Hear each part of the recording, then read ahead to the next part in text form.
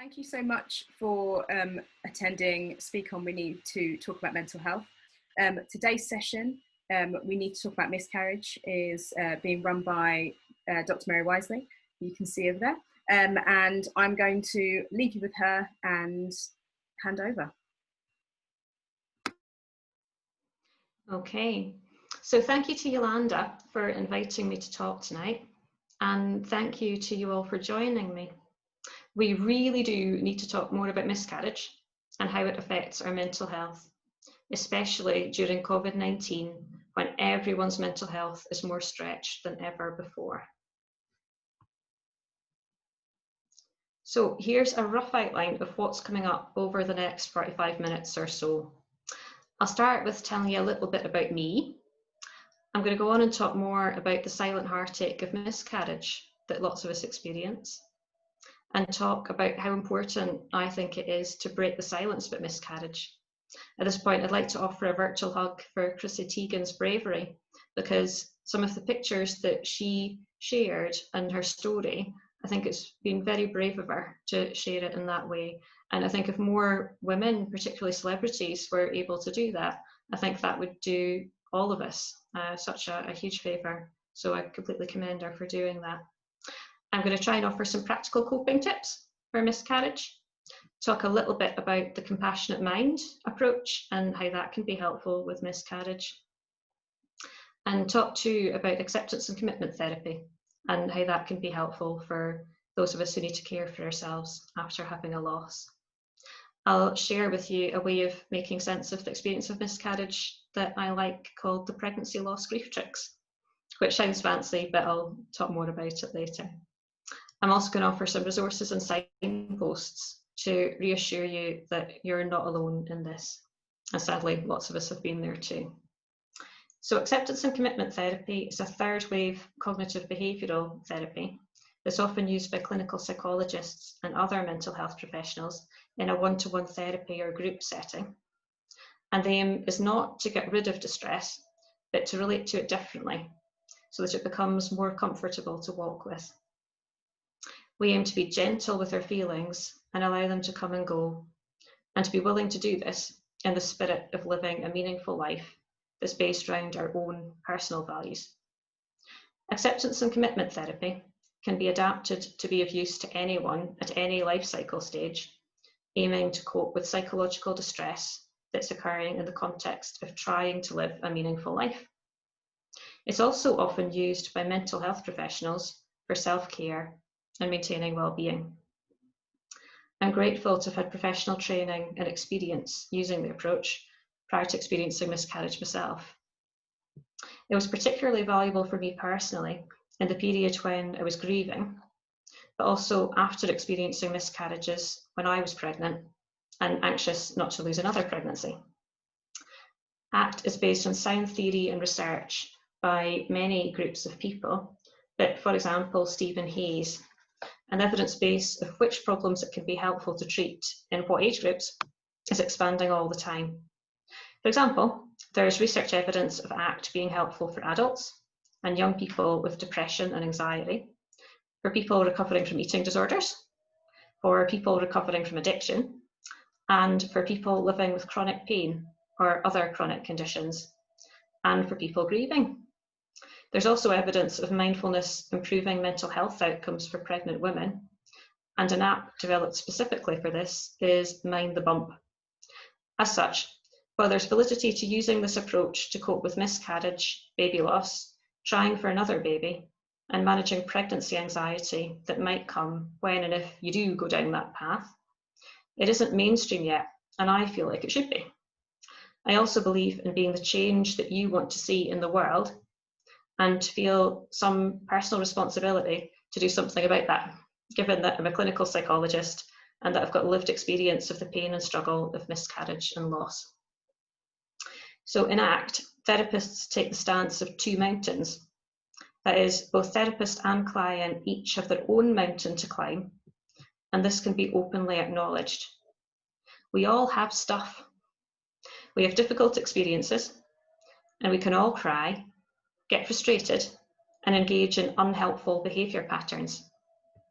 Being a mental health professional sadly, doesn't give you immunity to the emotional and physical challenges of pregnancy and loss, but it does offer a roadmap. And my aim, both here tonight in this talk and on my blog websites, is to share information both about ACT and how it can be a roadmap through dark days, and also to illustrate with some of my own life examples from my own pregnancies and losses. That approach is consistent with that taken by the ACT field leaders who've inspired me in my work, who also illustrate their books about ACT and training events with their own life examples. Perhaps not least because otherwise therapeutic concepts can be a bit abstract, and context is helpful to integrate them into our own learning. And ACT is a contextual cognitive behavioural approach. In one-to-one or group therapy, I'd never share my own stuff unless it's intended to be directly to the benefit of the person that I was working with. My blog in this talk is maybe a bit different in that because it's public, I've shared what I would normally comfortably share in a group with people I didn't know that well yet, but had some connection with if the topic of miscarriage came up. And that means it's possible that somebody listening to this could maybe feel a degree of overshare from me at times, in which case try to bear with me, because I'll move on quickly since I've only got a short time with you tonight. However, I wanted to share enough examples that somebody looking for help to understand an ACT idea that's connected to miscarriage could maybe find it of use. So,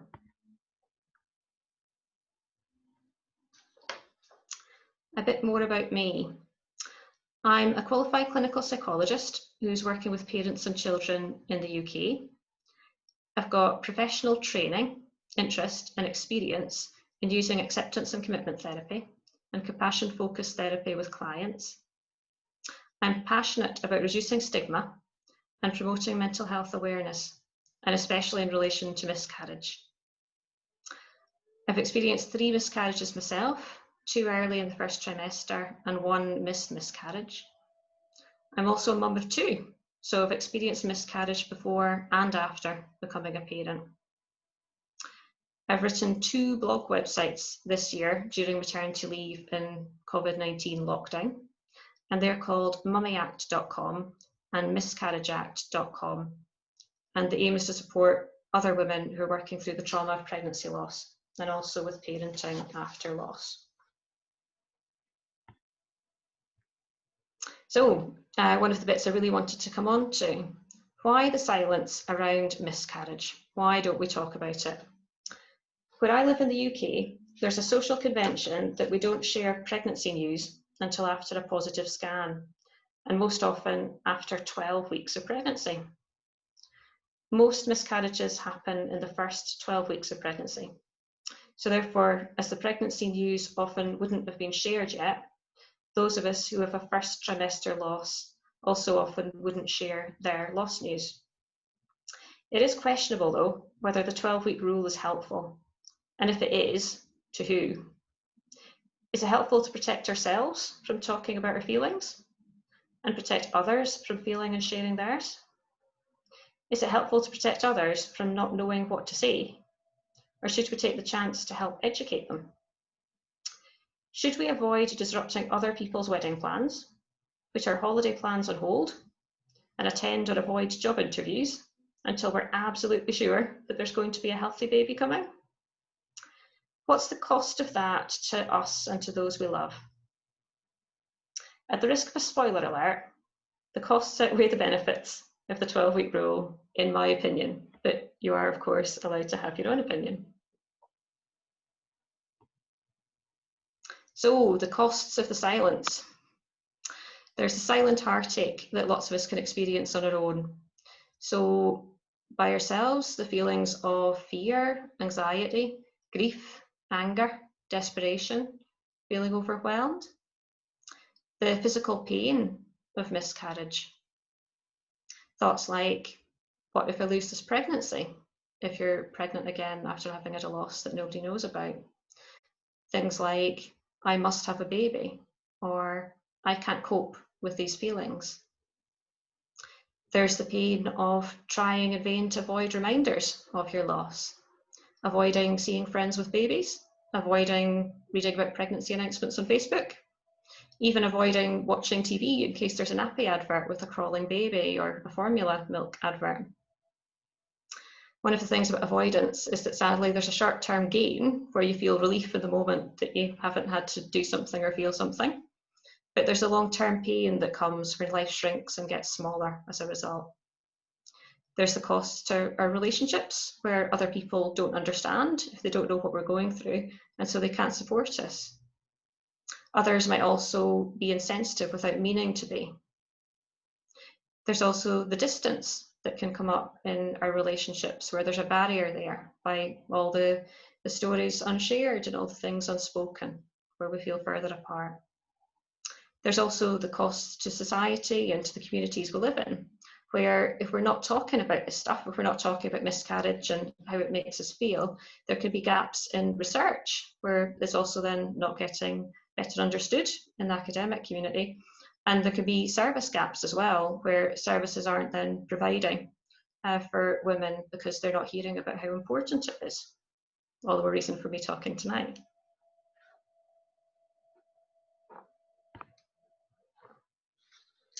Okay, so not talking about miscarriage is mental health costs for those of us who miscarry, those we love, and negative implications for society more generally. So, breaking the silence. What do we gain by breaking the silence? Better shared awareness of information, better mental health, better relationships, better funding for research, better service provision. Those could all be aims we could hope for. And how can we break the silence? Talk to each other. Write blogs about it. That's one thing I'm doing. Social media posts and baby loss awareness campaigns. So in the UK, there's been amazing baby loss awareness campaigning going on. So, Baby Loss Awareness Week last year in the UK called for a government-led review of current service provision, quality standards and national guidance on perinatal mental health provision, mandatory training for involved health professionals in identifying potential mental illness in parents affected by baby loss, adequate resource allocation by commissioners, and clear referral pathways to specialist mental health services for parents affected by baby loss. And in my view, Baby Loss Awareness Week and breaking the silence has perhaps never been more important. For more information on resources during COVID-19, you can look at the website here, babylossawareness.org/blog COVID-19. Also, for more information on the Pink and Blue campaign, you can look at the same website with Pink Blue. And that campaign's been amazing in previous years, where they've lit up all sorts of great buildings and monuments as a way of noticing how important it is to talk about miscarriage and baby loss. Another campaign I really encourage you to get involved with is the Wave of Light campaign on the 15th of October.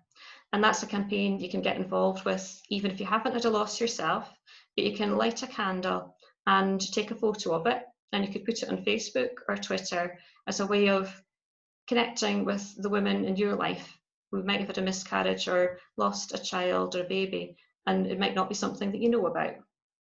And it might be helpful to do that as a gesture, even if it's not something that's affected you personally. I'll be lighting a candle on the 15th of October for the babies. The chair of the cross-party, UK-wide, all-party parliamentary group on baby loss, which is a group of MPs and members of the House of Lords, has requested a debate in the House of Commons in Westminster during the week of 9th to 15th October, and that will focus on the unintended negative consequences of COVID-19 service restrictions on women who've experienced loss, and on how to reduce the distress for women who might experience loss during future waves in the pandemic.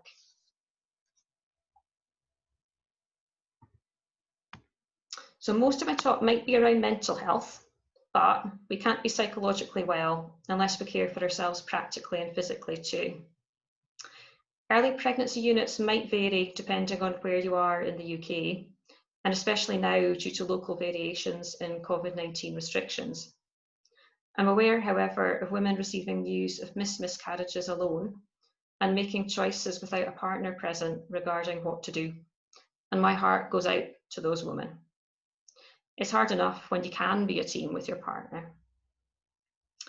If you have a missed miscarriage, there will be a choice to make between a natural miscarriage, medical management, and surgical intervention. Different women will have different needs and circumstances, but there will be pros and cons of each option for each woman within each couple. And it's important to feel that you can make an informed choice. So I would encourage you to ask any questions you need to of healthcare staff if that comes up for you.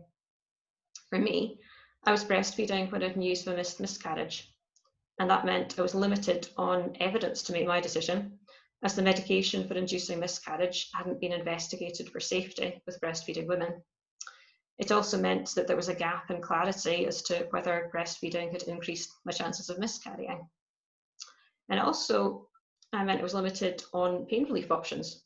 But luckily, ibuprofen is considered safe when breastfeeding. I opted for a natural miscarriage as the safest option for continued breastfeeding. The challenges for me there were that it wasn't until a month later that my miscarriage actually started. And when it did, I was completely unprepared, practically speaking, for how different from my earlier first trimester miscarriages and how physically and emotionally traumatic that it would be.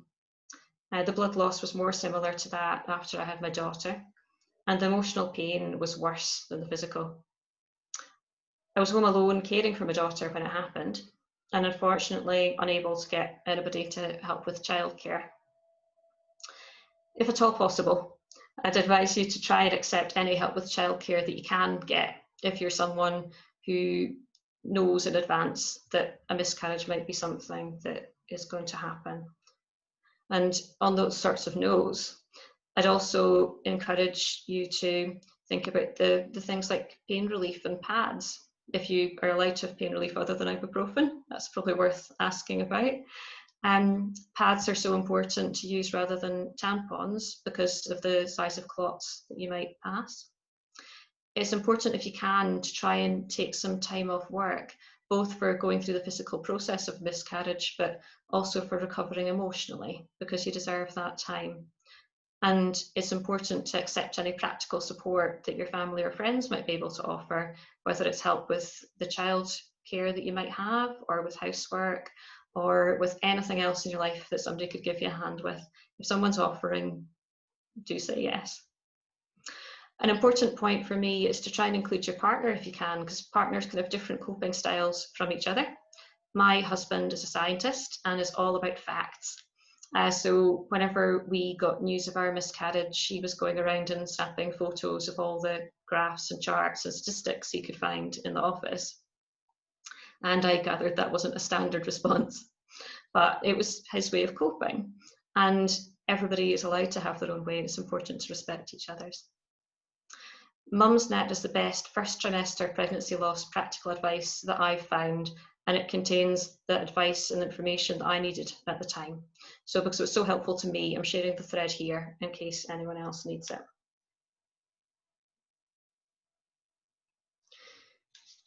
So, returning to our mental health after miscarriage, let's consider our feelings. So you might feel all sorts of things, and whatever you feel is okay. Those might include grief or anger or anxiety, fear, guilt, shame. And I think it's important to recognise trauma, because having a loss of something that's very important to you and sudden in a way that you don't feel like you've got control can be really traumatic.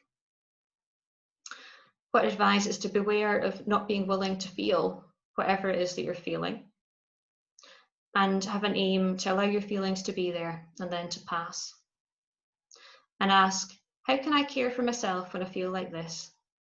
And to remember that as human beings, we all feel these emotions sometimes, and they do pass.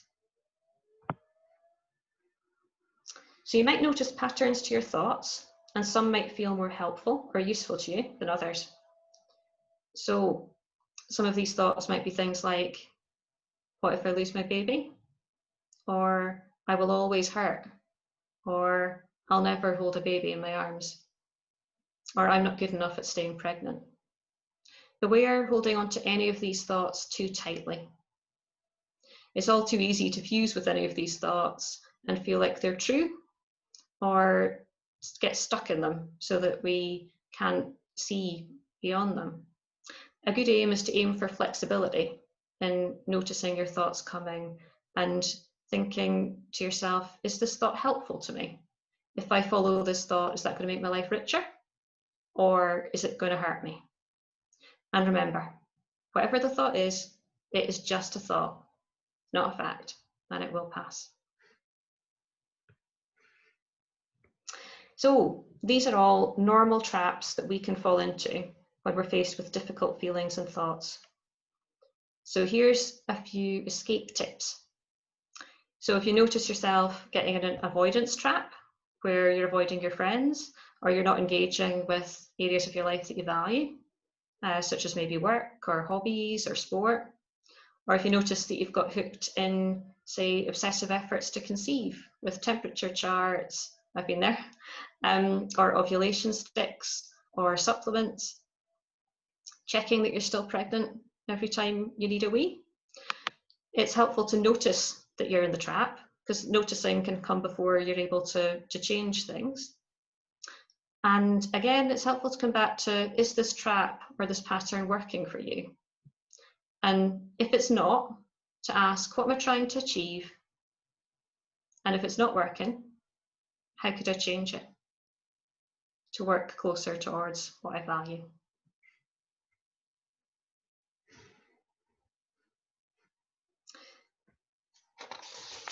So each of us lives in our own unique context. Here's some common ground to consider though. So in relationships, do others who you're friends with or in your family know that you've had a miscarriage? How could they support you? How can you connect more with other people?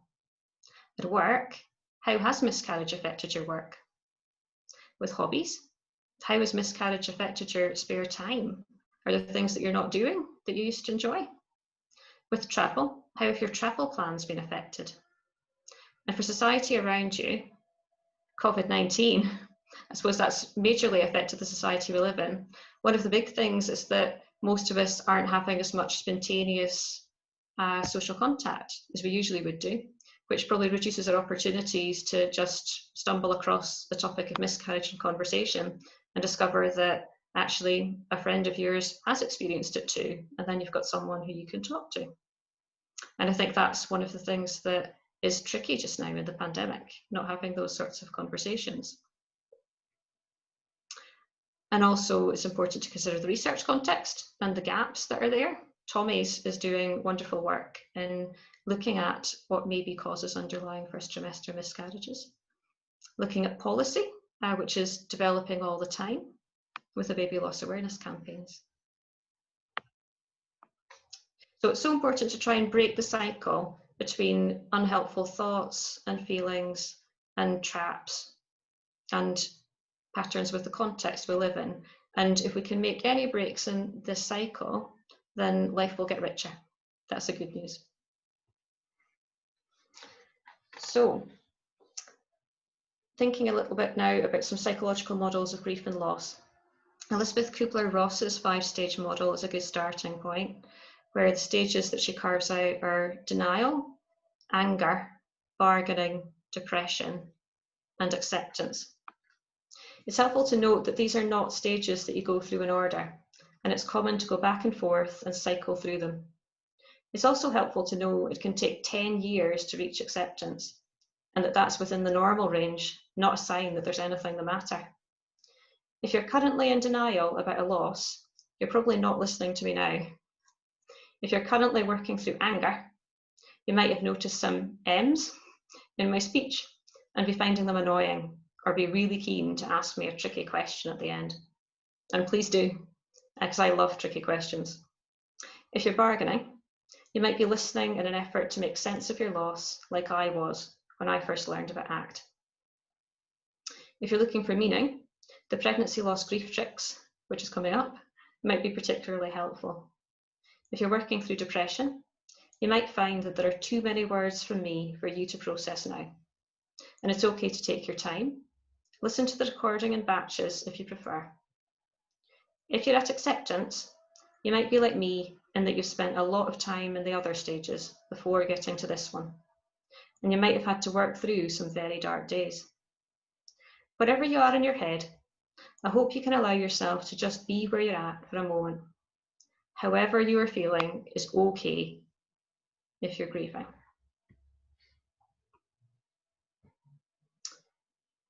So, some factors that link to more complicated grief reactions can include being female, being older, an unexpected or violent death, and the death of a child. So it's interesting to note that if you've experienced a miscarriage or a stillbirth, your experience likely covers 2 or 3 of these common risk factors. Yet the NHS in the UK doesn't currently offer specialist services for women who experience traumatic grief reactions after miscarriage, other than going through adult mental health services, where research from the Out of Sight, Out of Mind report indicates that women report that the practitioners there don't always have the specialist understanding that's relevant to baby loss.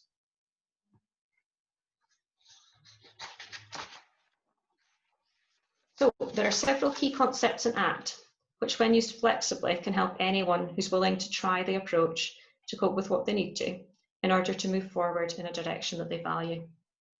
So dropping the struggle is about allowing and accepting that you'll sometimes have difficult feelings and thoughts, rather than aiming to push them away or to get rid of them.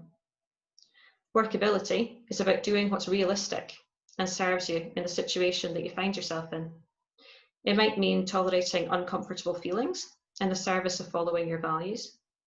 So choosing to still see your friend with a baby for coffee and cake, even though it reminds you of how much you long for your own baby. Mindfulness is about using your noticing skills to tune into and stay in the present moment, which allows you to be more empowered to make choices about how you want to respond to the situation that you're in that moment. Diffusion is about putting some distance between yourself and uncomfortable feelings and thoughts so that you can get a more flexible perspective on them. Values refers to what you choose as your own personal values. So for me, that would include social justice, authenticity, and family, all of which talking about miscarriage awareness aligns with. Acceptance is about tolerating distress, where that allows you to have more colour and richness in your life than if you avoided the pain. Self as context is about recognising that you're not your thoughts. You're the container, observer, and experiencer of your own internal experiences, and you can choose how to respond to them. Committed action is about doing what it takes to move towards a valued direction, even if that means taking positive risks and tolerating discomfort or pain that you're willing to have. This talk represents committed action for me that's in line with my values. Psychological flexibility represents the ability to consider feelings, thoughts, and actions from different points of view, and to choose how to use the above skills in a useful way that helps you to achieve your aims. It takes practice.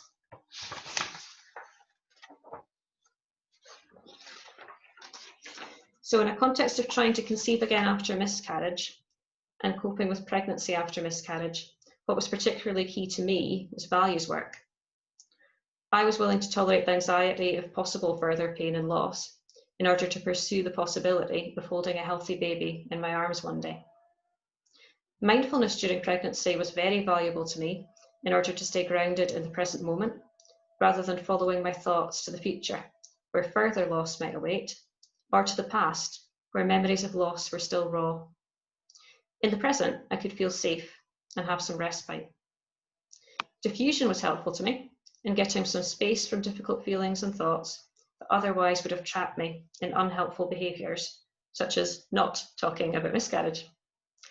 Self as context was invaluable for me in allowing some perspective from the broader areas of my life that mattered, and the perspective that miscarriage was one painful chapter in a much longer life, coloured with a broad range of emotions common to everybody else, including both joy and pain. The key to making ACT work for you is psychological flexibility, getting lots of practice in with these skills so you can get slick at shifting between them when you need to in a way that improves your quality of life and satisfaction. If you find it helpful to read any more about how I find ACT helpful personally in the context of coping with miscarriage, trying to conceive after miscarriage, and pregnancy after miscarriage, I've written about that in my blog, and particularly in my earlier posts, because that's what originally motivated me to write.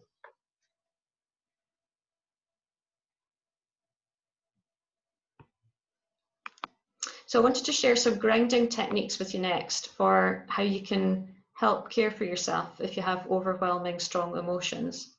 One of my favourites is the 5 things exercise, and it's a favourite of mine because you can do it in any room or outdoors, anywhere you like, at work, at your desk. And it's nice and simple. So you start off by naming 5 things that you can see in the room around you. So in the room that I'm in, for example, I can see a chair, I can see a door, I can see a light, I can see a cushion, and I can see some bird food. And then you move on to 4 things that you can hear. So I can hear some cars on the motorway. I can hear some birds that are outside. I can hear my own voice talking, and I can hear a floorboard creaking. And then 3 things that you can touch. So I'm sitting on a swing seat at the moment. I can touch my laptop. And what else can I touch? I've got my feet up on a chair. And 2 things you can smell. So because I'm in a room that's got flowers in it, I can smell some flowers at the moment. And I can also still smell the pasta that we ate for tea time. And 1 thing that you can taste. So I can still taste tomato sauce from eating pasta for tea. But that exercise can be quite useful just to ground you in the present moment. The next one, coping statements. So it can be quite helpful to have some ideas worked out in advance, if you know that you might get overwhelmed later, of some things you can say to yourself that can ground you and help you feel calm and more contained. So things like, I am safe, I can just breathe in and out. Or another favourite I have is, this too shall pass. Then it's also helpful to consider some breathing exercises. So things like balanced breathing, where you might count to 4 as you breathe in. So 1, 2, 3, 4. And again as you breathe out, 1, 2, 3, 4. And to repeat that process a few times, because it will have an effect immediately of calming down your body, and that can be really helpful. Similarly, it can be helpful to learn some muscle tensing and relaxing exercises. So things like tensing your hands into fists and then relaxing and shaking them out. And again, that's one you could do on the bus, or when you're in your car, or when you're waiting in a queue somewhere.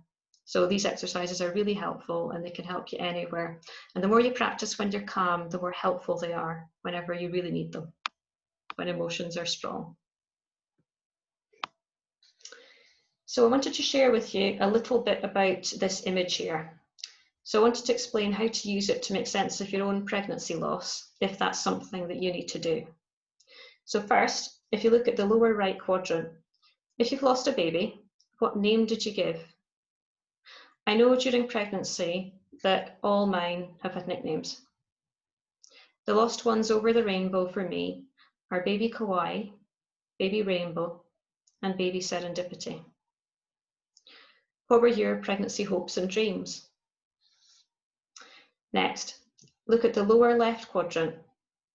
In your grief, what thoughts and feelings come up for you when you think about your lost pregnancy? Some of mine were regret, fear, guilt, and anger. I also remember struggling with birth announcements and the need to maintain a coping front. Then, look at the top left quadrant. What do you tend to do whenever the difficult thoughts and feelings come up? Avoid talking about pregnancy, babies, and miscarriage. Avoid people who might bring these topics up. Avoid trying to get pregnant again. Distract yourself. Throw yourself into work or exercise. Comfort eat. Seek solace in wine. All normal, but all with long-term costs if you keep them going. So what are the benefits versus the costs to you of continuing to avoid your feelings and thoughts? Next, reflect some more about your pregnancy hopes and dreams, perhaps also the qualities that you'd hoped to develop as a mum and the love that you've got to offer a child. Then, look at the top right quadrant. If you're ready to consider an alternative to avoiding painful feelings and thoughts, How can you connect your pregnancy hopes, dreams, the qualities you hoped to develop as a mum, and the love you've got to give with living a life that you value? How could you connect with today to share this with? Who else do you know who's experienced miscarriage or stillbirth? Would connecting with a counsellor be helpful, either through a charity like SANS or through a referral from your GP to adult mental health services? Are you someone who wants to get involved in baby loss awareness campaigning on social media? Who do you already have in your life now that you can share your capacity for love with? Your partner, your friends, your family, other children? Lastly, look at the heart in the middle. That's you. You're big enough to contain all your thoughts and feelings, and you're complicated enough to need a range of coping strategies at different points in time as you work through this. You're also worthy enough of compassion and care, not least from yourself. It's okay if right now you need to just be where you are. Just know that there may be a chink of hope ready to filter through the cracks when you're ready for it.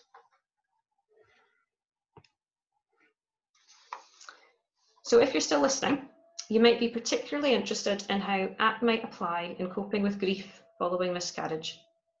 So here are some introductory thoughts inspired by Russ Harris's writing.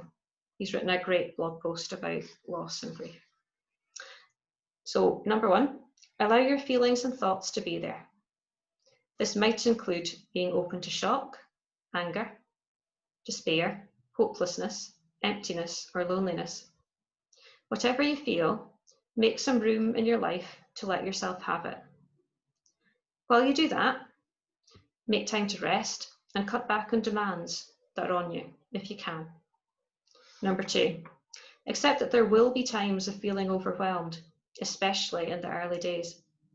It might help to think of this as standing in giant tidal waves, which might knock you over, but you will still be there when the wave passes.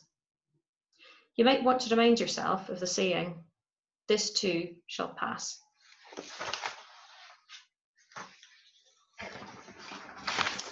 Number three, learn some mindful noticing skills to anchor you for when the waves hit.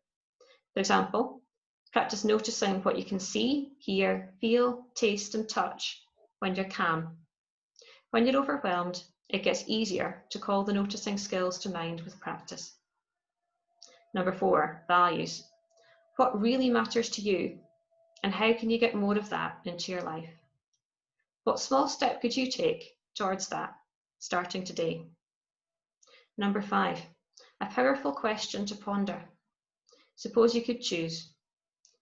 1, you never have to have these painful feelings ever again, but it means that you never get to love or care about anyone or anything again either.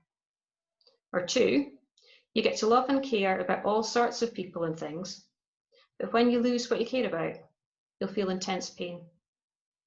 Which option would you choose? While acknowledging your loss and allowing your feelings about it, keep an awareness of what you still have in your life that you value, particularly considering relationships. Number 6, develop self-compassion. This takes real courage to allow ourselves to be vulnerable, but it's such a powerful tool when we're grieving. If you find it tricky to do this, that's normal. But what would you say to a friend who's going through what you are? Number 7, watch out for unhelpful stories or life rules that you've told yourself for a long time, or society might even have told you, which are now unhelpful. For example, my life's worth nothing if I can't have children, or I'll never heal from this, or it's all my fault. Number 8, find meaning and positive energy to move forward from within your pain. Your grief, perhaps about your miscarriage, tells you 2 very important things. A, you're living, and B, you have a lot of love to give. Tune into that and connect with your values to keep going with life and doing the things that matter to you. Number 9, consider how you can grow as a person from this experience. What is there to learn about forgiveness, compassion, letting go, acceptance? How might your own experience benefit others that you care about? It's amazing how many more women have miscarriages than there are women who openly discuss their experiences. There are great opportunities to support and empower one another here. 10. Consider a grief ritual to mark the loss of a pregnancy, regardless of how soon it ended. You're marking the loss of hopes and dreams, even if it ended early. For example, light candles, write a poem or journal, bake a cake, make a memory box, or a scrapbook.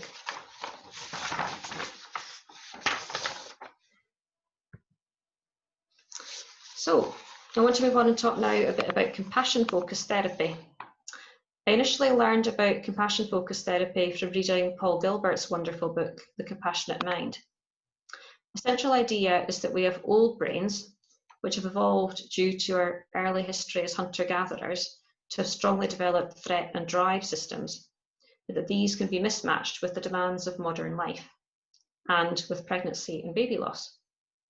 It's very useful to be hardwired to spot threat if a lion might bound into your cave overnight. It's not so useful to be hardwired for threat in the middle of the night when you're pregnant again after miscarriage and you're just checking for any signs of bleeding when you need a wee. Often, we can spend too much time in threat mode due to this mismatch, leading us to feel that we're anxious too much, too often, and anxious about that too. We also have new brain skills, such as analysing, which exacerbates that problem. So threat mode is necessary for our survival, but we're predisposed to spending too much time in it, and we need to work to balance that out. Drive mode is also necessary for our survival. As hunter-gatherers, without drive, we wouldn't have been motivated to get enough food to eat without it. In modern life, it's still adaptive to be in drive mode sometimes. For example, at work, or when there's a ton of presents to wrap on Christmas Eve, or there's dishes to do at home. In a trying to get pregnant after miscarriage context though, if we're too often in drive mode without awareness, it could lead to conflict with our partner who might not be ready to try again yet, or be craving to rekindle other aspects of our lives. Too much time in drive mode can leave us feeling burned out, depressed, and exhausted. Luckily, there's a third mode, our soothing system. For most of us, this is the least well-used mode, as we spend so much time and energy on the other two. It can be helpful to think of this like developing weak muscles, as you would do by going to the gym. Also, if you think of how your upper arm works, and you imagine your triceps muscle was much more toned than your bicep, would the arm work well? So I'm no expert in physiology, but I think not.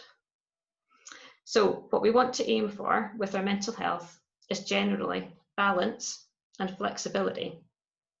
So drive, threat, and soothing modes all working harmoniously in moderation. There are many influences beyond our control which can throw us off course when we get pregnant, like how easy or hard it is to conceive, miscarriage, having a history of miscarriage, and anxiety about it happening again, and pregnancy complications like pelvic pain and gestational diabetes. We can also have a more stressful pregnancy if there are any concerns regarding the baby's health or development. It can also be helpful to reflect on our own experiences of being parented. So if we find ourselves having self-critical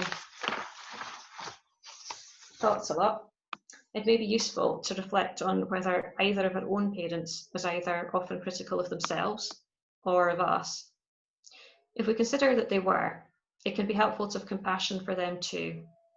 They perhaps also had someone in their early years be critical of them too. So, if you're on board with wanting to learn more, here's some initial signposts on the next slide. So here are some compassion-focused therapy signposts that are talks that recommend. So there's a TED Talk by Kristen Neff, who's an expert on self-compassion, a TED Talk by Brené Brown on the power of vulnerability, and another on listening to shame. There's a brilliant TED Talk here also from Stephen Hayes about how bringing compassion or love to yourself, even when it's hard, could be liberating and let you bring more love into the world. And a blog post in Psychology Today about using self-kindness to cope with stress. I hope these are useful. I thought it was important to share some ideas about how we can soothe ourselves when we've got strong emotions.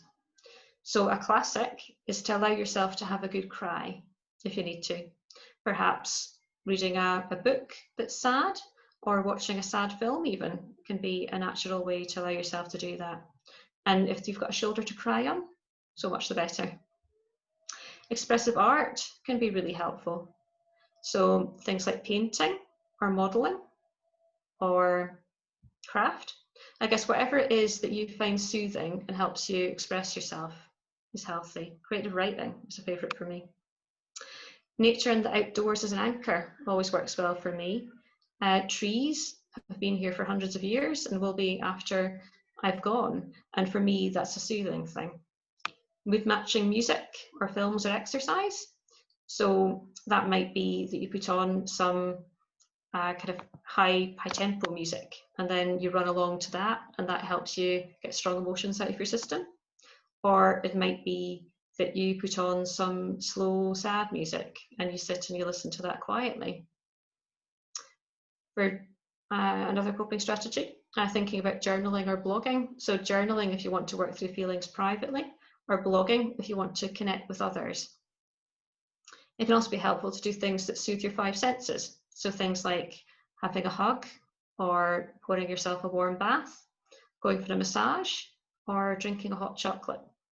Well, a couple of these might be a little trickier with COVID-19, but they're still good options. So to leave you with some final thoughts, I want to leave you with some hope for those with aching arms. May you be well. May you be happy. May you find peace. And also, you never know who in your community might have aching arms. So why not join the Wave of Light on 15th October? And that way you can still support them.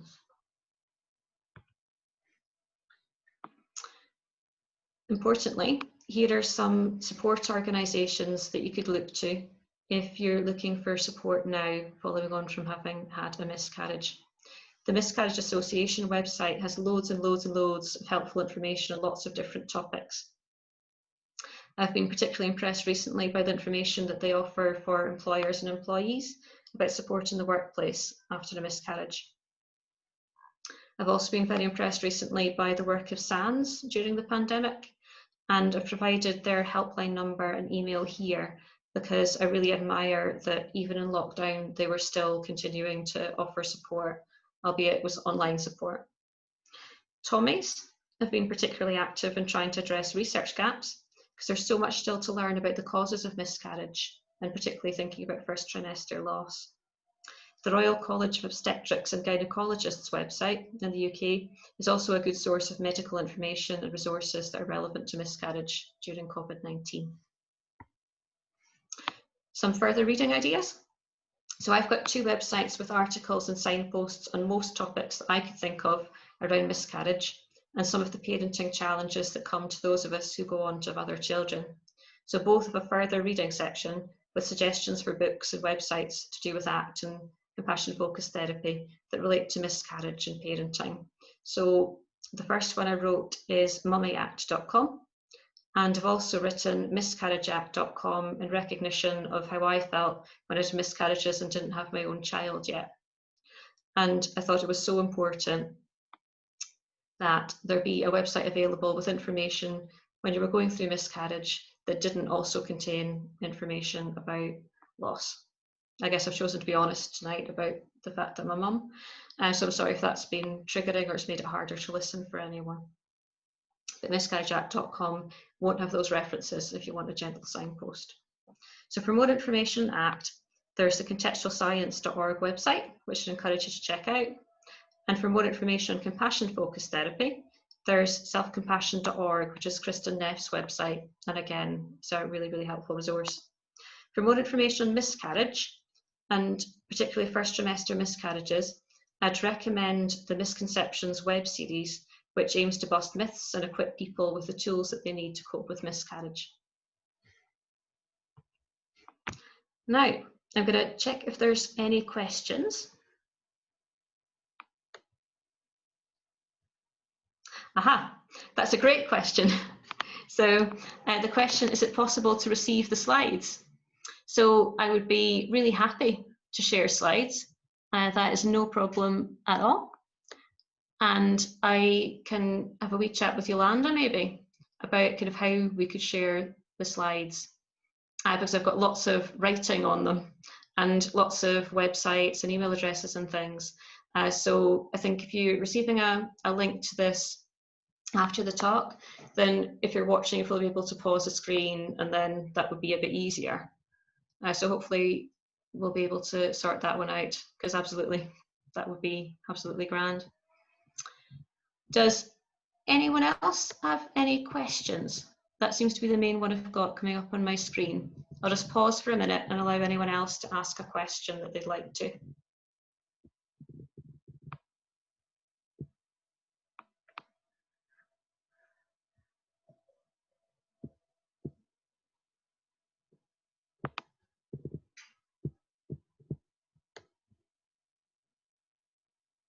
So if there's no other questions for now, thank you all very much for joining me.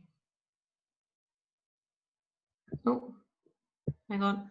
I think I might be seeing something else pop up. Let me see if I can.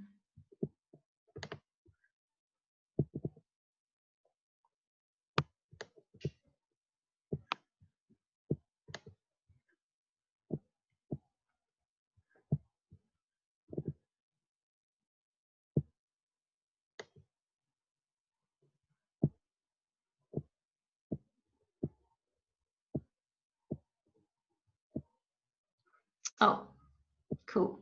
So Yolanda's confirmed that she'll be able to share the videos and links and all of the information. Okay. So thank you, everybody. I think that is probably all from us for tonight. But go well and go gently with yourselves. I'll hand back over to Yolanda to close the session.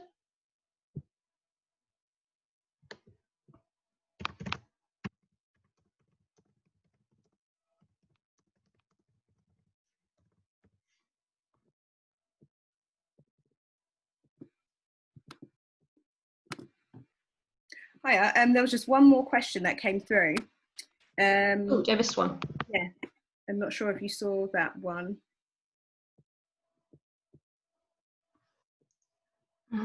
It was saying, I'm confused about trying after a miscarriage as I've received mixed messages. Do you have to wait, or can you try again straight away? Ah, okay, great question, because I remember I also got some mixed messages when I was in that boat. So about trying again after a miscarriage, the advice I had is you need to wait for one healthy period.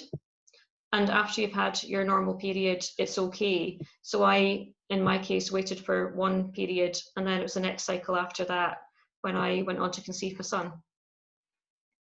But I think depending on the exact type of miscarriage you've had, the advice could be different. So I understand that if you have surgical treatment as part of your miscarriage, then sometimes you need to wait for longer to allow everything to heal up. But I guess because I'm a clinical psychologist rather than a medical doctor, that's me relaying my understanding of it, kind of rather than medical advice as such. So if you're not sure from a medical perspective, it would probably be good advice to check that out with a medical professional who's involved in your care. I hope that's helpful. Brilliant. If there, oh, there's another one. Oh, wicked. Thank you. Right, thanks everyone for attending.